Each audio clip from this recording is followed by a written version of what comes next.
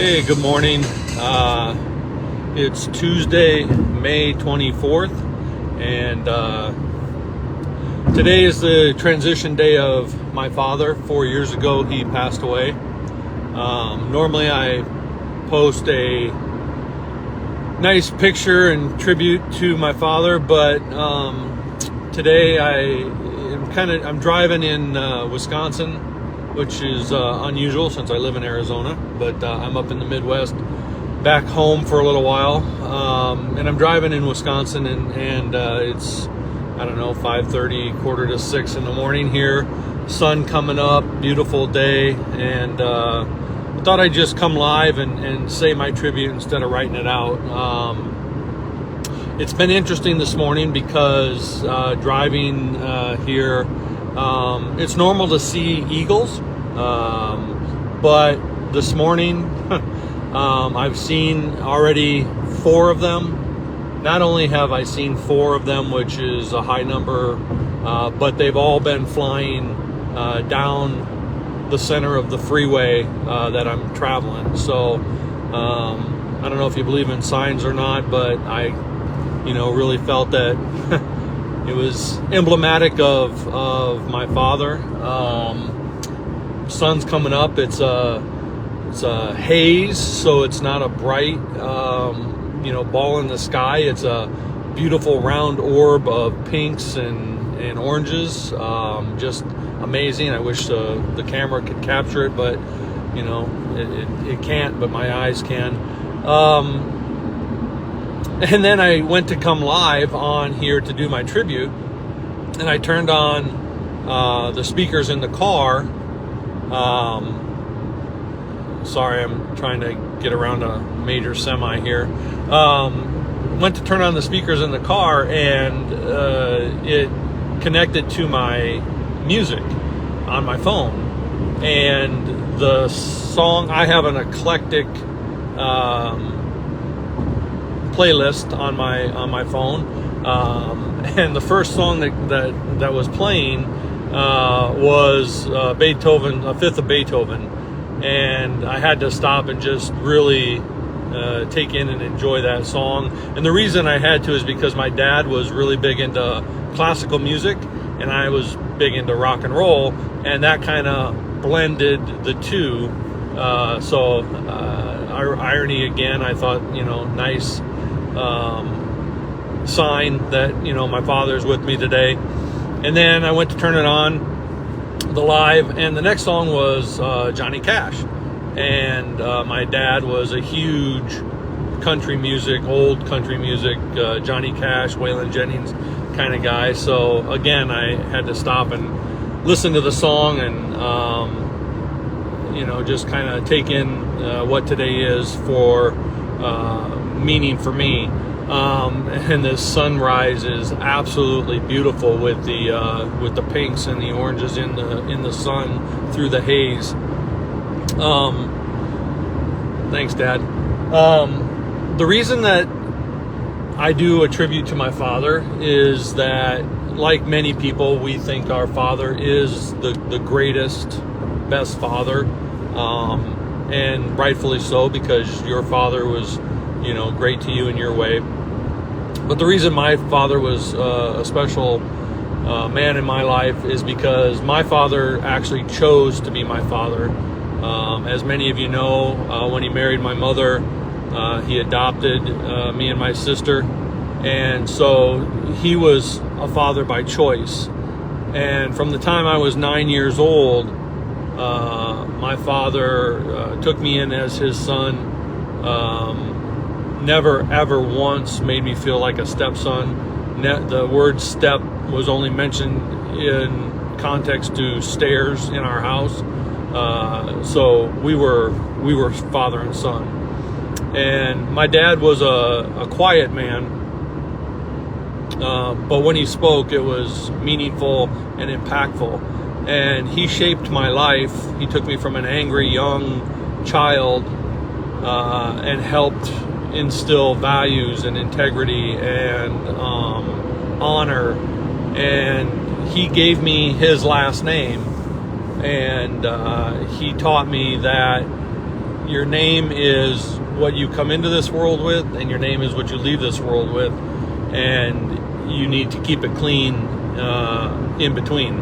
And when you tarnish your name, it's hard to get it clean again. So I've always tried to honor my father by keeping my name fairly clean. Haven't always done the best of jobs at that,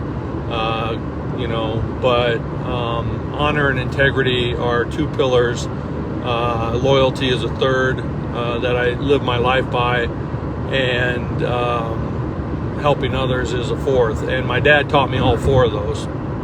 I remember if there was something that anyone needed, and we didn't grow up with money. We grew up in a blue-collar family. He had 3 biological kids, and then my sister and I. So he and my mom were, both hardworking, raising 5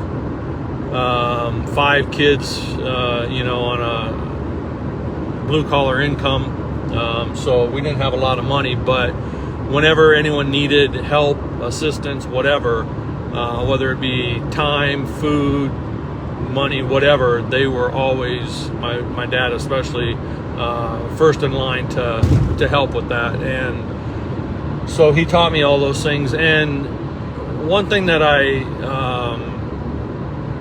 really try to do, people talk about their family and their loved ones, especially when they passed. But my dad was my only hero. He was the only person I've ever astonishingly looked up to for my entire life. He got into a tragic accident when he was 18 years old. He was in a coma for a while. He shattered his entire leg bone. They had to surgically repair it, and he was in the hospital recovering for almost a year. They put a steel rod in his leg to try to help his leg grow back together, and it was supposed to make the bones grow back like this, and instead his leg grew like this.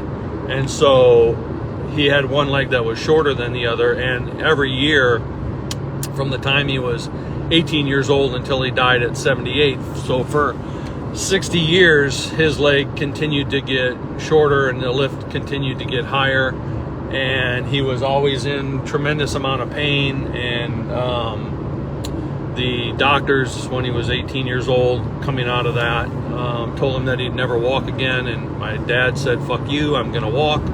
And he went through his rehab, got back on his feet, and walked. And he never, ever, ever, ever used his disability as an excuse. I remember, growing up, there were times where he would play ball with us, and he would run the bases, and he would, go out and throw the ball and play catch. I remember one time when I was about 17 in high school, I borrowed Dad's car to go to a party. I dropped him off at work.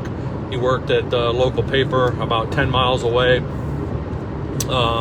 And I dropped him off at work, and I was supposed to be there to pick him up. He worked the night shift. It was, a cold fall day. He worked the night shift, and I went to a party. And I spent more time at the party with my then girlfriend than I should have. I missed the time when Dad was supposed to be picked up, and I scrambled to go get him, and found him. He didn't wait at work. He decided that since I didn't honor what I said I was going to, he started walking home. So with his bad leg, in the cold fall night, early in the morning, my father's walking home, and I found him halfway between work and the town that we lived in. So he'd already walked over 5 miles, and needless to say, that rest of the ride home was pretty chilly. He didn't yell, didn't cuss, which would have been easier on me. He sat in silence, and in his silence, I knew there was extreme disappointment, and that hurt more than anything he could have done. But again, he didn't let his disability stop him from doing what he needed to do. And then when he got older, he became more disabled, had to retire, and eventually used a cane, and then eventually a walker, and then through his last days a wheelchair. But through it all, he never complained about his pain, he never complained about his injury, he never complained about his lot in life. He always just made the best of it and made sure that those around him who never took pity on him and never used his disability for anything against him. So anyway, he taught me a lot through those lessons in life. But my father was a man of few words. I know one time I was living in Dallas, and I was kind of struggling a little bit. I was still, a pretty angry individual in my early 20s, and I was struggling living in Dallas, and all of a sudden I get an envelope in the mail, and it's a letter from my father. And again, my father is a man of few words, and the letter said, and I still have it to this day, 30 years later, the letter said, "Son, keep the faith, love, Dad." And I just knew that things were going to be all right because my father believed in me, and he knew that things would eventually work out. And one of the greatest gifts my father ever gave me when I was younger, I had just graduated high school, been working for about a year, had quit college to take a full-time job, and I had an opportunity, a sales job, to move out of my little hometown. And my dad, I came to him because I was a little scared, and I was born in Minneapolis, grew up in Iowa, Clear Lake, a little small town. And so from my childhood, I hadn't been, anywhere in big cities, and I had a chance to move to a bigger city across the country. And I sat down and I explained this to my dad, that I was, kind of scared, and that the job I was going to take would probably pay me twice what he ever made, which I was almost ashamed of, because I saw how hard he worked and how little he made. And he said two things to me. He said, first off, if you don't make more than I did, I'm going to kick your ass, because you deserve and need to make way more than I ever did. And then secondly, he said, never be afraid to go find your place in life, because if you ever need, home is only a phone call away. And if you ever truly need, we're only a plane ride back. And the grace in that statement allowed me to forever find what I wanted to go do. I was free to go wherever I wanted, wherever my heart was leading me, knowing that home was always going to be there. And I used to literally take a dart, throw it at a map every couple years, and say, okay, where to next? And I would just go. And because of that, I've lived all over this great country. I've got friends from coast to coast. I meet people all the time, and I was able to learn skills that I wouldn't learn staying in my little hometown. And that was one of the greatest gifts my father's ever given me, is the freedom to go find myself. and I miss him for that. I remember 4 years ago yesterday, he died today. 4 years ago yesterday, I was sitting at his hospital bed, and I remember leaving because my plane was leaving today. So I left him the night before, and I remember whispering in his ear, Dad, because he'd been in the hospital for a little while, and he was hanging on and trying to,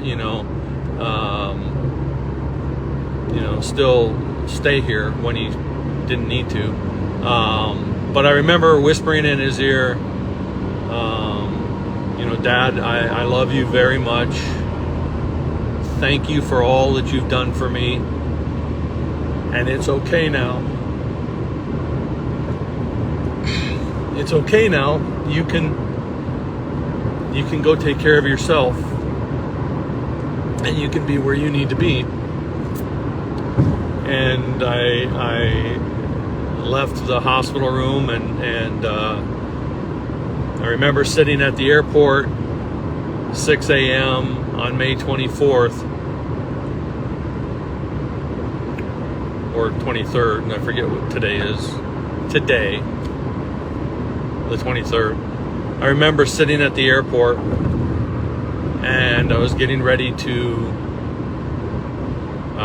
board my plane, and my stepbrother called, and he said that Dad had passed away. And I took a couple minutes,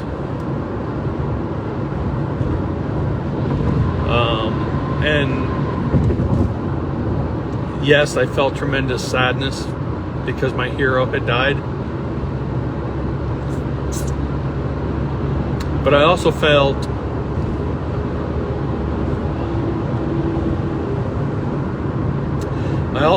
a tremendous amount of peace, because I knew that my hero was no longer in pain, and my hero was no longer suffering. But I also knew that my hero would always still be in my heart, and I knew that my hero would live on through his children, because he raised us to be independent and strong, and he instilled his morals and values in all of us. And I'm not very close to my siblings because oddly enough, my dad raised us to be independent and strong, and so we all have very strong independent opinions. We have very strong lines that we set for ourselves, and we're not very tolerant when those lines are crossed. So we don't have the closeness that you would think siblings would, but we have the same ethics and morals and values, and so my father's legacy lives on. And as I'm doing more public speaking and coaching, my father's legacy lives on through the people that I'm helping and teaching and coaching, because a lot of what he instilled in me, I'm able to impass to them. And I look back over the last 40 years. That I've, been on my own since I left Iowa, and I look at all the strangers that I've met. I look at all the friends that I've made. I look at all the people that I've talked to, and I look at all the people that I've helped, and I look at all the people that Larry Snow has touched, because he decided to be my father. And so as I wrap this up, I just want to Say thank you, Dad. I love you. I miss you. I still sometimes pick up the phone and try to call you, but I hear you every day. And I love you. And you always will be and still are my hero. So thank you for everything that you did and are still doing to make me a better man, to help change this world to a better place, and to leave your lasting imprint on those that we connect with and touch. So, Dad, today, later on, Elsa and I will go to the restaurant. We'll order that pie and we'll drink that cup of coffee in memory of you. And I'm eternally grateful that you chose to be my father. Thank you, and I love you.